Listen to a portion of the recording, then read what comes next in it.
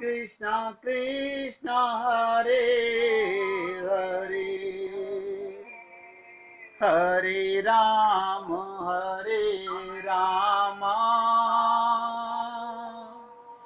राम राम हरे हरे, हरे कृष्ण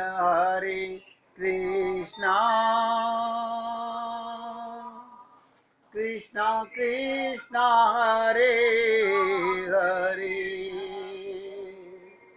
हरे राम राम राम हरे हरे, हरे कृष्ण कृष्णा कृष्णा कृष्णा हरे हरे, हरे राम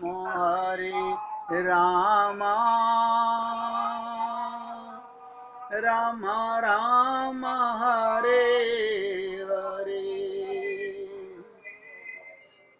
मैंने आपसे रामचरितमानस के माध्यम से बहुत खुलकर समझाने का प्रयत्न किया कि रामचरितमानस का प्रत्येक पात्र लीला कर रहा है, कोई पापी नहीं है। वो हम लोगों को बताने के लिए पाप का फल भोगना पड़ता है, ये बताने के लिए हम उन्हें पापी समझ रहे हैं। हम रावण को पापी समझ रहे हैं, कुंभकर्ण को पापी समझ रहे हैं। कैसे कल्याण होगा? अब कृष्ण अवतार की सुन लीजिएगा। 3 दिन आपको ये रटाने के बाद बताने जा रहा हूं। अब कृष्ण अवतार के महापुरुषों पर विचार करके देखिए, जिन ब्रज गोपों और गोपियों के विषय में, जो गोप गोपियां आपने सुनी कि ब्रज के अंदर जी 84 योनियों, 84 कोष योनियों में, योनियां नहीं, उनमें क्षेत्र के अंदर आई, वो कौन थी? ब्रह्मा कह रहे हैं भागवत के अंदर, इन गोप गोपियों को इनकी चरण धूलि पाने के लिए, देखिए ब्रह्मा जी कह रहे हैं, जो भगवान के सखा, जो ग्वाले, जो वहां की स्त्रियां, जो वहां की गोपियां, जो वहां की गैया, जो वहां के बछड़े, पशु पक्षी भी सब लीला करने आए थे।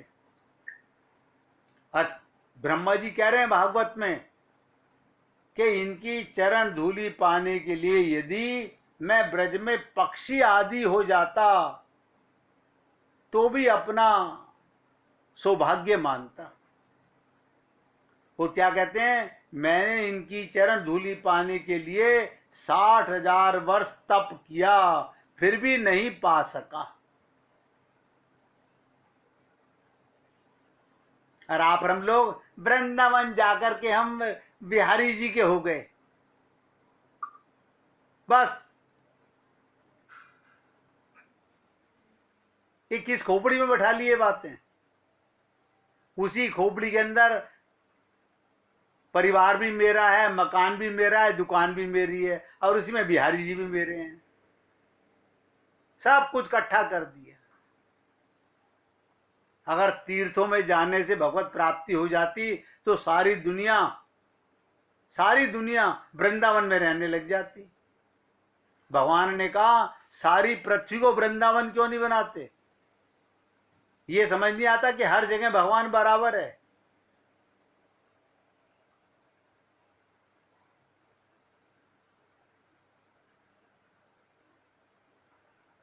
अब आप सोचिएगा, अब जो बात बताने जा रहा हूं आप सुनोगे, बुद्धि लगाओगे, और जिसने बुद्धि लगाई वो 100% फेल होगा। वो भी पहले बता रहा हूं, देखो बहुत ध्यान से सुनिएगा।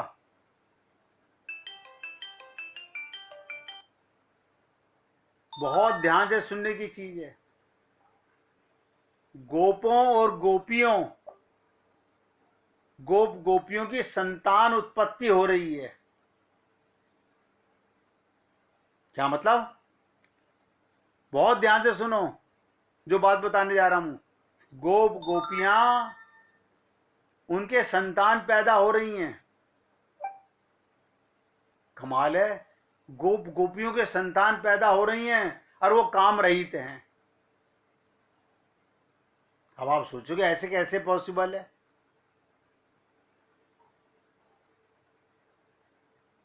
वो काम रहित हैं। हमारी बुद्धि नहीं समझ सकती। गोपियां बच्चों को जन्म दे रही हैं, पति के साथ उनके बच्चे पैदा कर रही हैं, लेकिन काम रहित हैं। अब लगाओ बुद्धि, वो लीला कर रही हैं, नहीं समझ में आएगा। भला सोचिए, काम रहित महापुरुष से रजवीर्य द्वारा संतान उत्पत्ति कैसे होगी? आप हैरान हो गए ना? सोचिएगा। गीता ज्ञानी महापुरुष अर्जुन, अब देखिएगा, गीता ज्ञानी महापुरुष अर्जुन नाग कन्याओं में आसक्ति हो रही है, नाग कन्याओं से विवाह कर रहा है बुद्धि का काम? समझ सकती है हमारी बुद्धि? ये कैसे काम रहित होंगे? अर्जुन जहां जाता है वहां विवाह कर लेता है अर्जुन, और वो काम रहित है। लगाइए बुद्धि कहां है? मैंने आपसे कहा ना, भगवान के साथ जो लीला करने आए हैं सब व्यवहार कर रहे हैं, लीला कर रहे हैं, वो कहीं आसक्त नहीं है। अब आप सोचिएगा और बुद्धि लगाइएगा। 5 पांडव 5 पिता से पैदा हुए, 5 पांडव 5 पिता से।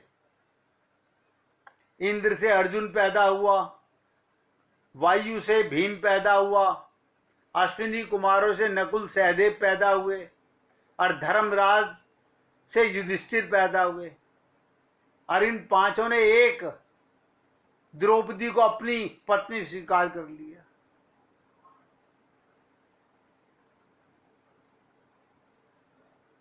केवल इतना नहीं, और सुनिएगा, भीमसेन ने राक्षसी हिडंबा से भी विवाह कर लिया और उससे घटोत्कच पैदा हो गया।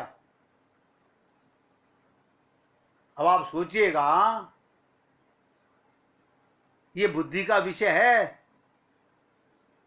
ये सब लीला हो रही हैं, और आप और हम लोग पांडवों को विचारों को बड़ा कष्ट भोगना पड़ा। हम लोग उन्हें सहानुभूति दे रहे हैं, अपने आप को सहानुभूति नहीं दे रहे कि हम उनकी लीला को समझ सकें। यह हमारी अपनी बुद्धि से समझने का विषय है कि हम अपनी बुद्धि लगा के समझते हैं।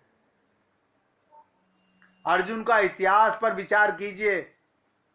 अर्जुन वनवास के पश्चात जब महाभारत का युद्ध होने जा रहा था, सोचिएगा, अब आपको गहराई बात बता रहा हूं। अर्जुन और दुर्योधन दोनों द्वारिका में भगवान के पास गए।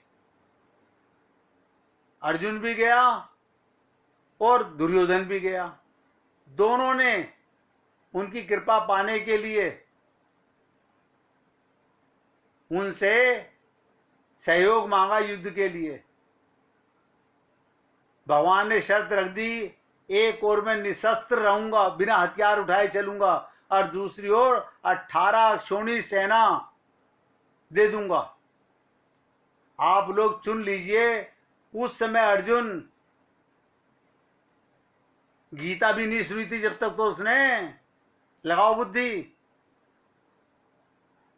युद्ध होने से पहले की बात बता रहा हूं, उस समय तो वो कृष्ण को स्वीकार कर रहा है और रथ पे खड़ा होते ही हथियार डाल रहा है कि मैं युद्ध नहीं करूंगा। आप और हम लोग मूर्ख समझ रहे हैं अर्जुन बड़ा गधा था। भगवान रथ पे बैठे हैं, अपने रथ पर नहीं देख रहे आप और हम लोग कौन बैठा हुआ है। हमारी बुद्धि है ये, इससे समझना चाहते हैं। इसलिए आपसे बार बार निवेदन किया जाता है, ये माइक बुद्धि ही शरणागत करनी है, नहीं लगाना शरणागति है। और हम लगाते हैं, हम मानते नहीं लगाए बिना। भगवान कहे तो नहीं मानेंगे, गुरु कहे तो नहीं मानेंगे, क्योंकि हमने सब कुछ बुद्धि से जाना है। और मैंने कहा शरणागति का मतलब कुछ ना करना। जैसे भोला बालक मां की गोदी में गया, जो करे सो मां करे, उसका काम तो केवल रोना है। हम नहीं कर सकते, हम तो करेंगे। करते करते यही हालत हम लोगों की हो गई। अब आप लगाइएगा बुद्धि कि वही अर्जुन यानी युद्ध से पहले तो भगवान को निहत्था स्वीकार कर रहा है और रथ पे चढ़ करके हथियार डाल रहा है कि मैं युद्ध नहीं करूंगा। क्या उसको जब युद्ध की ठहरी थी उसे पता नहीं था हमें लीला करनी है? ये हम मूर्खों को समझाने के लिए लीला कर रहा था अर्जुन। हम नहीं समझते, हम अपनी बुद्धि से समझते हैं। हम तो कह रहे हैं अर्जुन कितना मूर्ख है, भगवान रथ पे बैठे हुए हैं। हमने आपको कहा आत्मा के साथ परमात्मा बैठा है, वो विश्वास नहीं। हमने टीवी में देखा था अर्जुन के रथ को भगवान चला रहे हैं, अपने रथ को नहीं देख रहे कौन चला रहा है, पिताजी चला रहे हैं कि माताजी चला रही हैं। सोचो, सबके पास विवेक है। आपके इस तन को कौन चला रहा है? मम्मी पापा, पति पत्नी, बेटा बेटी, धन दौलत, कौन चला रहा है? लेकिन अभी समझ में आ रहा है, सत्संग खत्म होते ही वो ही ढाक के तीन पात हो जाएंगे। इसलिए मैंने कहा था कि अभी तो मैंने रामचरितमानस की बातें बताई थी। जब कृष्ण की बातें बताऊंगा, कृष्ण लीला की, तो बुद्धि काम करना बंद कर देगी। वही अर्जुन पहले तो भगवान को निहत्था स्वीकार कर रहा है और बाद में अपने हथियार डाल रहा है कि मैं इनको नहीं मारूंगा। यानी पहले तो उसे ज्ञान था, रण क्षेत्र में अज्ञानी हो गया। सोचिएगा आप, जैसे आप और हम लोग गुरु के सामने जाकर, मंदिर में जाकर के भक्त बन जाते हैं। मंदिर के बाहर पाप कर लें कोई बात नहीं, मंदिर में भगवान को याद करें तो हमारा पुण्य है। मंदिर के बाहर परिवार को याद करें तो हमारा पाप नहीं है। कहत कठिन समझत कठिन।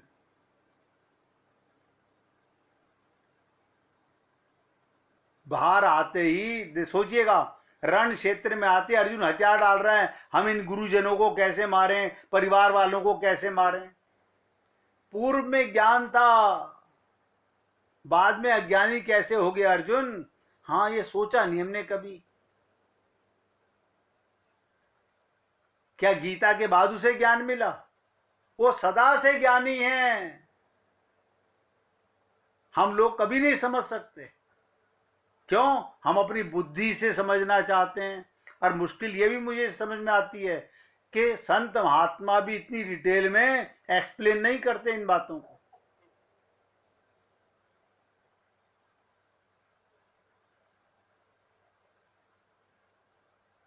वो नर रूप है, नर और नारायण के अवतार हैं दोनों।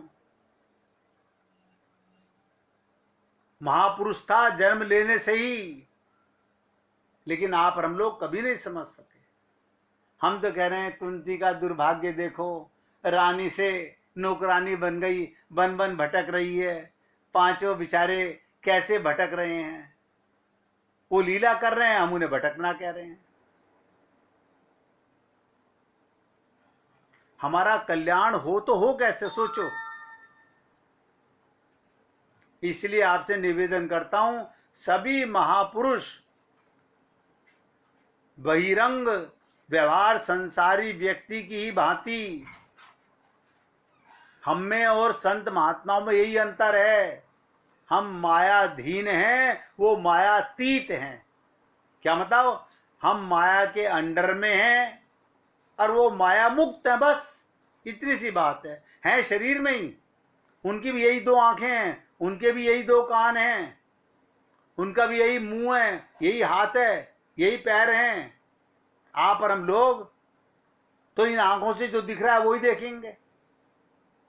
हम संत महात्माओं को भी नहीं देख सकते, उनमें और अपने में अंतर नहीं महसूस कर सकते।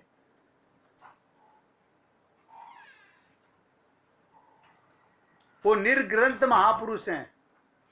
निर्ग्रंथ का मर्थ तो समझते हो ना? उनकी कोई ग्रंथि संसार में बंधी हुई नहीं है, कोई फसावड़ा नहीं है। वशिष्ठ जी अरुंधति के साथ रहते हैं, 100 पुत्र मर गए, मर गए तो मर गए, लेकिन आप और हम लोग ऐसे कैसे मर गए? हम तो नहीं बर्दाश्त कर सकते। अब हम वशिष्ठ जी का मुकाबला करेंगे क्या, या हम ऋषि मुनि संत महात्माओं का मुकाबला करेंगे क्या? मैं तो आपको बता रहा हूं, शरीर छोड़ने से पहले पहले अगर ये अज्ञान नहीं मरा तो नोट कर लो, कहीं नहीं जाने वाले। जिनकी ममता मोह आसक्ति में मर गए वो साथ नहीं जाने वाले, और तुम्हारा उनसे द्वारा कभी मिलन नहीं होने वाला। जीते जी समझे नहीं, और मरने के बाद पागलपने के बेटा बेटी पिंड दान कर रहे हैं, भागवत करा रहे हैं, गीता का पाठ करा रहे हैं, बताओ उसके बाद उनका कल्याण हो जाएगा? जीते जी संत महात्माओं को सुनकर तो कल्याण हुआ नहीं, यहां तो चाहना पैदा हुई नहीं।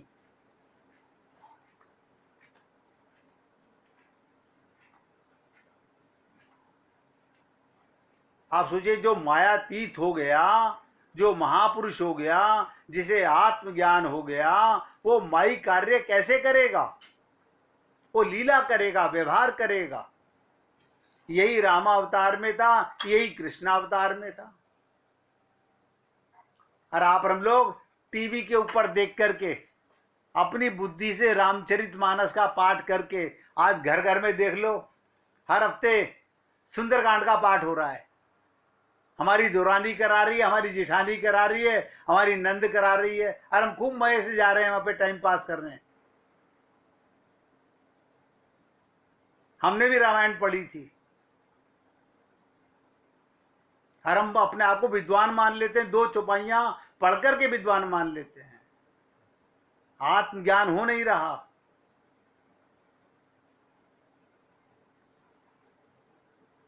अब आप सोचिएगा, अभी तो केवल मैंने छोटी सी बात बताई है कि गोप गोपियां बच्चे पैदा कर रहे हैं लेकिन काम रहित हैं।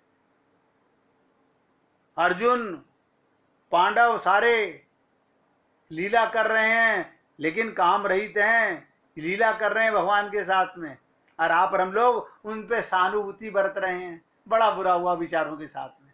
उनका राज्य छीन लिया, उन्हें राज्य से निकाल दिया।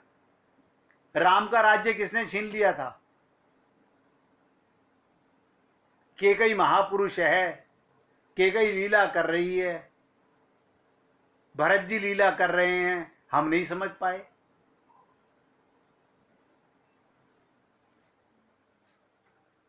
और हम क्या कहते हैं, हमने उनकी भागवत सुनी थी, बहुत रोना भी आया था हमारे को। तो फिर तो भगत जी बन गए आप भागवत सुन करके।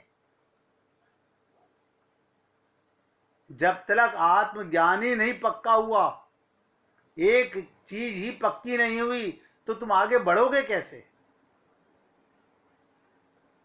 अब ध्यान से सुनिएगा, शॉर्टकट में बताने जा रहा हूं।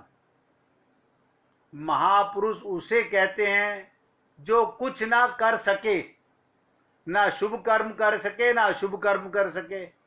एक कर्म भी एक क्षण के लिए भी कर सकता है तो महापुरुष नहीं हो सकता।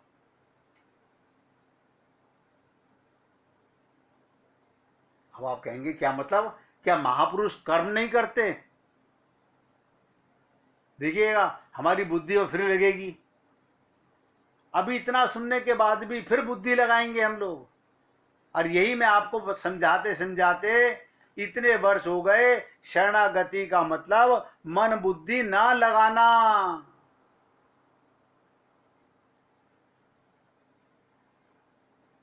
जब तक मन बुद्धि लगाते रहोगे, यही तो सरेंडर करने थे।